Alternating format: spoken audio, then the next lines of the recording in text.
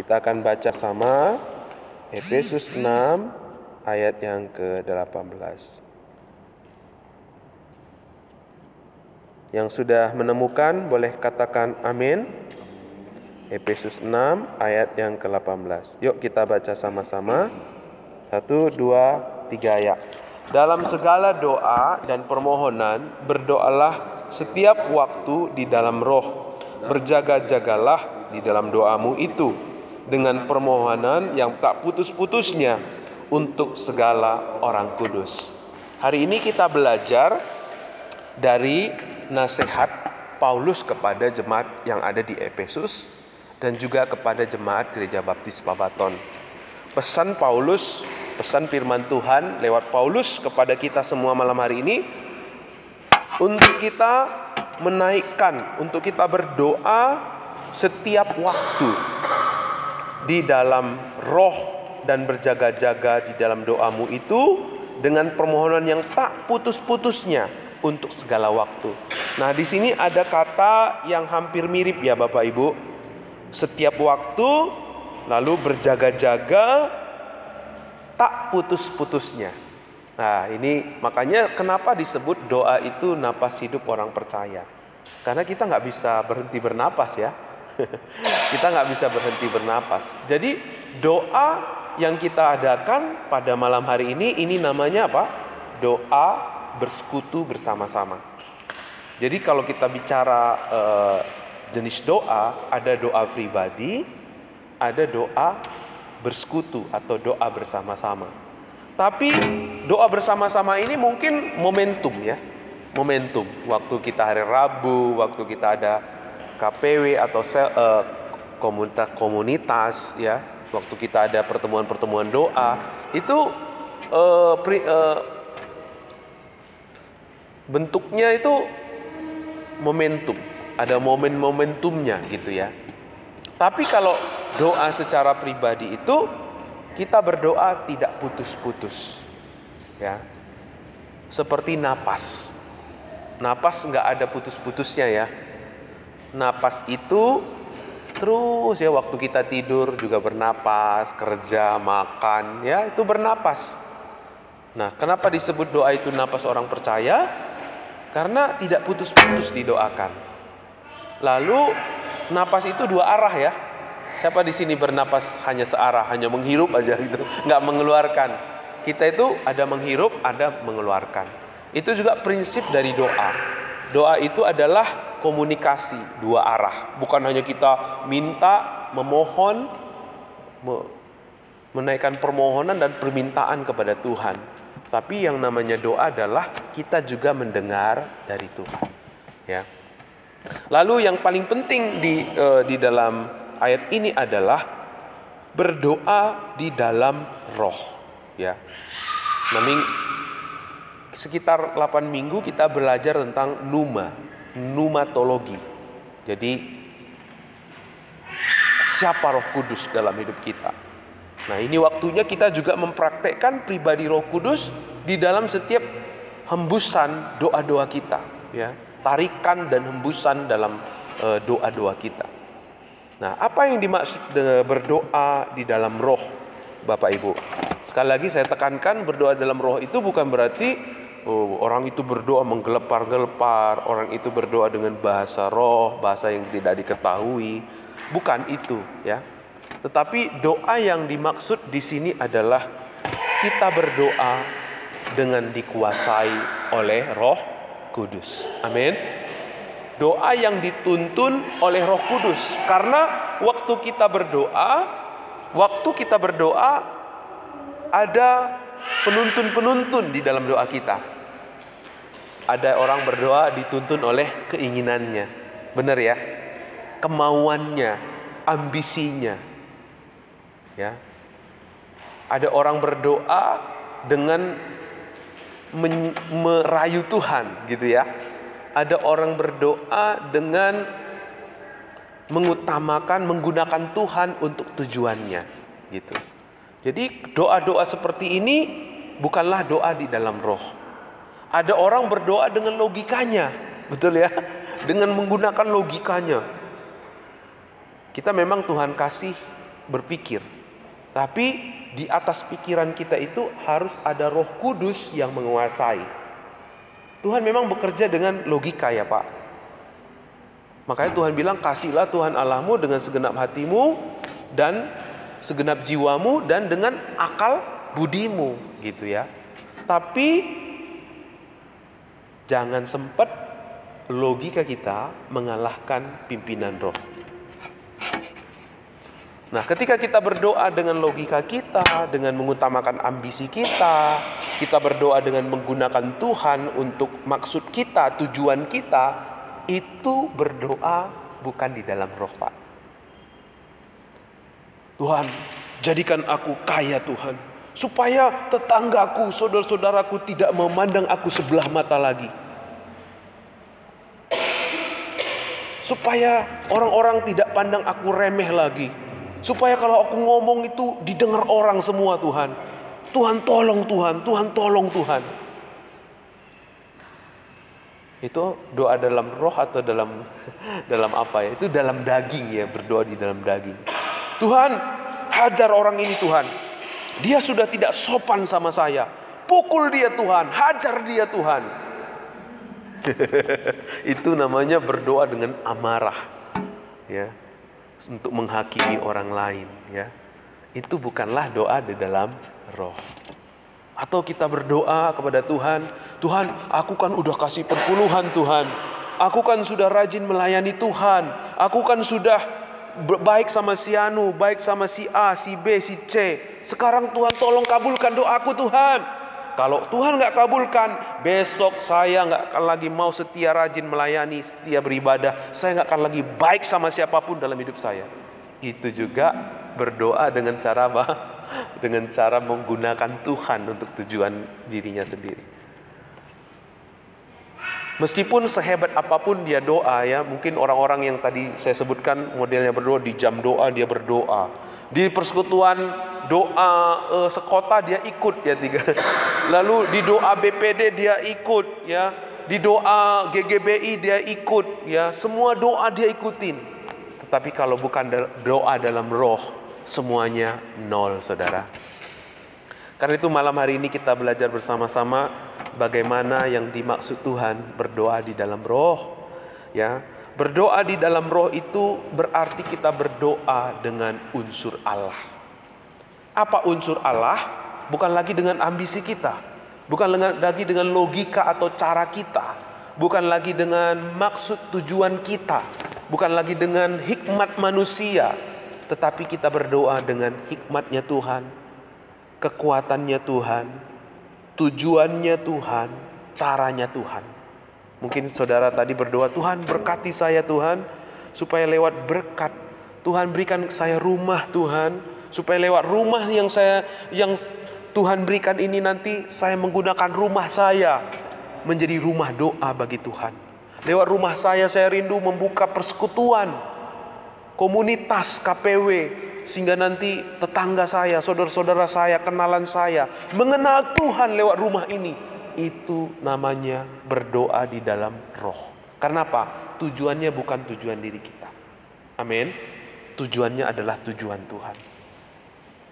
Tuhan, berkatilah musuh saya ini Tuhan yang selalu mengganggu kenyamanan saya. Berkatilah orang ini Tuhan.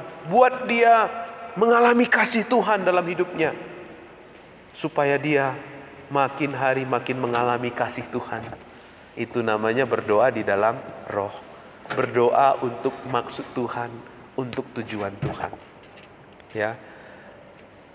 Tuhan berikan aku kepintaran, supaya lewat kepintaran aku, lewat usahaku, lewat pekerjaanku, aku memuliakan Tuhan. Aku terlibat dalam pekerjaan Tuhan yang besar. Aku menggunakan pengetahuanku, talentaku, apa yang kumiliki untuk memuliakan nama Tuhan. Itu namanya berdoa di dalam roh. Ingat, berdoa dalam roh itu selalu apa? Maksudnya dari Tuhan, tujuannya dari Tuhan, caranya dari Tuhan, kekuatannya dari Tuhan. Tidak lagi menggunakan logika, bukan lagi tidak menggunakan logika ya. Tidak lagi mengutamakan logika kita. Tapi di atas logika kita membiarkan Roh Kudus yang mengambil alih. Berdoa dalam roh berarti apa? Kita namanya dalam roh, berarti dikuasai roh. Roh Kudus yang memimpin doa kita. Bukan logika kita, bukan pengertian kita, bukan pengalaman kita. Ya. Kalau kita berdoa dengan logika, pengalaman, cara kita, ujung-ujungnya waktu doa kita dijawab Tuhan, kita sering sekali lupa memuliakan Tuhan. Kita sering sekali meninggikan diri di atas jawaban-jawaban doa yang kita terima. Tapi waktu kita tahu bahwa kita berdoa dalam roh, saudara, kita nggak memuliakan diri kita lagi, tetapi memuliakan Tuhan. Karena kita tahu roh yang memimpin kita, sumbernya dari Roh Kudus. Ia yang mengajari kita, yang memberikan kita inisiatif, Ia yang menuntun kita. Sehingga apa? Lewat doa-doa kita yang kita naikkan, benar-benar menjadi doa-doa yang memuliakan Bapa di sorga. Ingat, apa peran Roh Kudus, Bapak Ibu? Ayo Mama Ira, peran Roh Kudus apa Mama Ira? Bapak Ibu yang di rumah, ada yang tahu peran Roh Kudus itu apa? Nanti hari Minggu kita makan-makan kalau ada yang bisa jawab. Ayo, saya sering ulang-ulang ya, khususnya ketika bicara tentang Numa ya. Numa itu, Roh Kudus itu perannya apa? Mengaplikasikan apa yang diperbuat oleh Yesus, apa yang sudah diselesaikan Yesus di atas kayu salib. Jadi kalau kita berdoa, Roh Kudus selalu akan menuntun kita, mendasari doa kita berdasarkan apa yang sudah diselesaikan, dikerjakan oleh Tuhan Yesus di atas kayu salib. Waktu ada orang yang mengganggu kenyamanan kita secara manusiawi, kita kepingin marah, membalas. Tapi waktu kita berdoa dalam roh Kudus menuntun kita. Hei, anakku, kamu tahu nggak Tuhan Yesus dihianatin siapa? Yudas.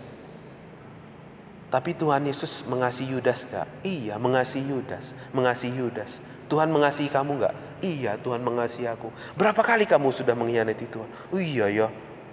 Aku lebih banyak mengkhianati Tuhan daripada Yudas. Tapi Tuhan tetap mengasihi aku. Waduh, malu aku kalau aku membalas orang yang mengkhianati aku. Aku gak maulah Tuhan membalas, aku mau mengasihi. Itulah doa yang dituntun oleh Roh Kudus. Mungkin kita dalam situasi yang kita hadapi, aduh gimana ya Tuhan Yesus, nanti butuh ini, butuh itu. Tapi ada tantangan ini Tuhan. Ada tantangan di depanku untuk memberi, untuk melakukan sesuatu. Roh Kudus kayaknya kuat menuntun aku. Tapi aduh kurang nanti. Secara logika ini kurang ini Tuhan. Kurang ini. Nah saudara, kalau kita mau dipimpin oleh roh, kita mau melangkah dengan iman. Nah, waktu kita berdoa dalam roh, Tuhan ingatkan, kamu berkatmu sudah dijamin Tuhan Yesus di atas kayu salib. Berkatmu sudah Tuhan jamin di atas kayu salib. Jangankan berkat untuk makananmu sebulan 2 bulan, hidupmu pun Tuhan sudah jamin. Nyawamu pun Tuhan sudah jamin. Ngapain kamu khawatir? Akhirnya iya ya Tuhan ya. Ngapain saya khawatir? Saya kan hidup bukan karena uang saya. Saya kan hidup bukan karena dompet saya, bukan dengan tabungan saya. Akhirnya kita dimampukan melangkah dengan iman. Ya, seperti minggu yang lalu saya kesaksian ya. Melangkah dengan iman, bukan dengan uang, saudara. Bukan dengan uang. Kalau kita melangkah karena uang, siapa Tuhan kita? Hah? Bapak Ibu, kalau kita melangkah kalau ada uang baru kita melangkah, Tuhan kita sebenarnya siapa? Ayo, jawab Bapak Ibu. Kita melangkah seharusnya dengan apa? Dengan iman. Setuju nggak Bapak Ibu? Kalau kita melangkah dengan logika kita, dengan apa yang kita lihat, letak iman itu di mana? Di mana letak iman yang sering kita dengar, kita katakan, kita baca? Di mana letak imannya? Kalau kita melakukan dengan pengertian kita, maka yang terjadi itu hal yang biasa. Tapi kalau kita melangkah dengan iman, hal yang terjadi dalam hidup kita itu apa yang tidak pernah dilihat mata, apa yang tidak pernah didengar telinga, apa yang tidak pernah ada dalam hati manusia, aku menyediakannya bagimu, kata Tuhan. Bukan kamu yang mengejar berkat, kata Tuhan.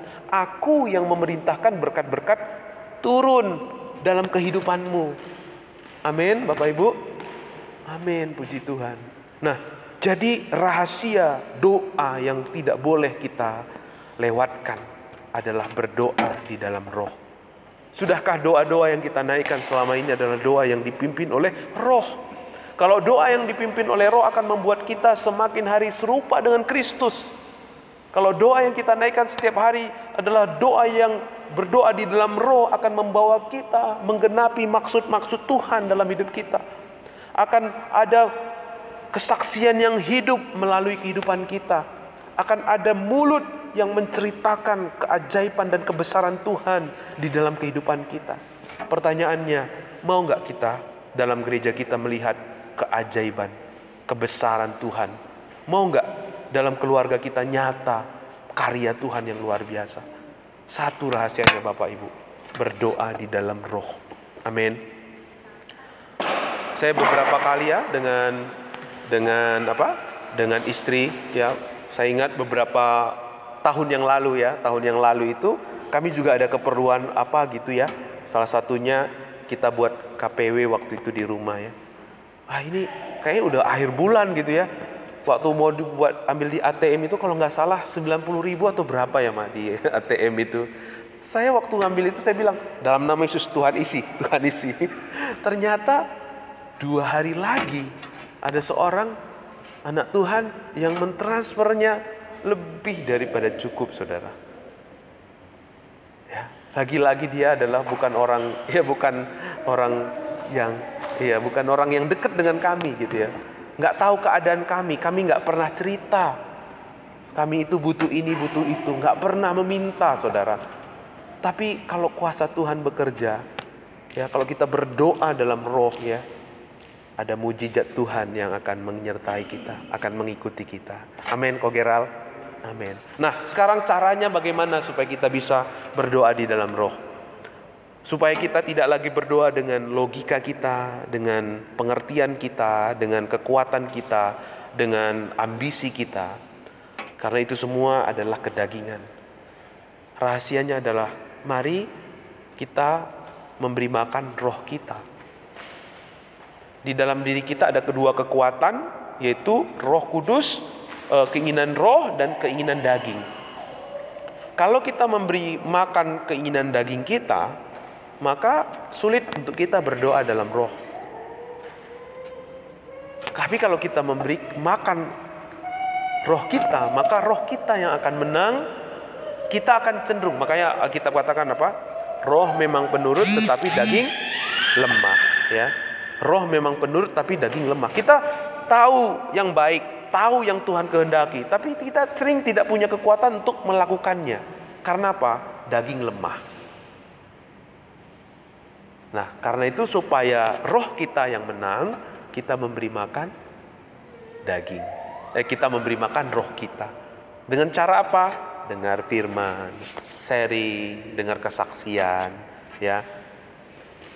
Kita condongkan hati kita untuk memberi makan roh kita.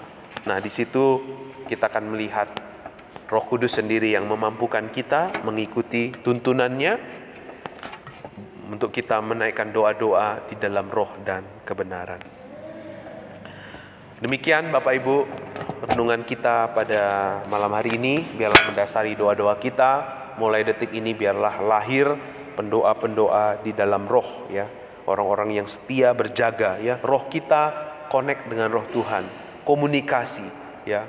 Membiarkan apa yang dituntunkan oleh Roh Kudus itu, roh Tuhan itu yang kita sampaikan, itu yang kita beritakan, itu yang kita naikkan. Bukan lagi doa yang menyogok Tuhan, bukan lagi doa yang menggunakan Tuhan untuk maksud kita, bukan lagi doa yang mengutamakan logika kita, bukan lagi doa yang mengutamakan ambisi kita, tetapi doa yang dituntun, diarahkan oleh Roh Kudus, ya.